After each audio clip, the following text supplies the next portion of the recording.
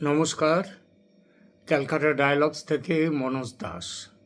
এই বার্তা এখন সারা দেশে রটে গেছে যে পশ্চিমবঙ্গের মুখ্যমন্ত্রী মমতা বন্দ্যোপাধ্যায় কলকাতার ভবানীপুর কেন্দ্র থেকে বিধানসভা নির্বাচনে মনোনয়নপত্র দাখিল করেছেন। তার মনোনয়নপত্র বৈধ নয়, অবৈধ, অতএব বাতিল করা হোক, এই অভিযোগ তুলে নির্বাচন কমিশনকে চিঠি দিয়েছেন ওই কেন্দ্রের দুই নির্দল প্রার্থী।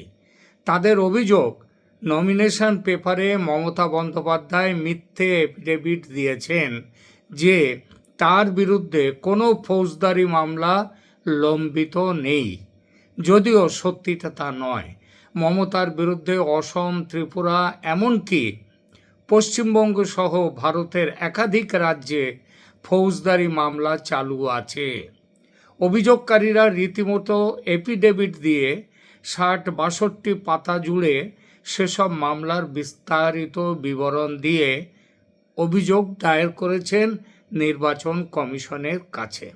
যদিও সেই অভিযোগে নির্বাচন কমিশন সাড়া দেয়নি এবং মমতা বন্দ্যোপাধ্যায়ের নমিনেশন পেপার গৃহীত হয়েছে স্ক্রুটিনিতে। এই ঘটনায় আমার মনে দুটি প্রশ্ন উঠেছে। এক, মমতা বন্দ্যোপাধ্যায় বহু বছর, ধরতে গেলে কয়েক দশক ধরে তিনি নির্বাচন লড়ছেন।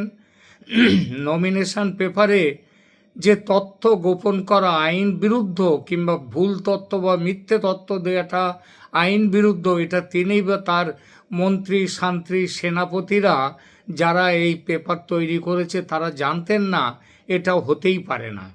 তিনি ভালোভাবেই জানেন এই মিথ্যা তথ্য দেওয়ার অপরাধে কমিশন তার নমিনেশন বাতিল করে দিতে পারে।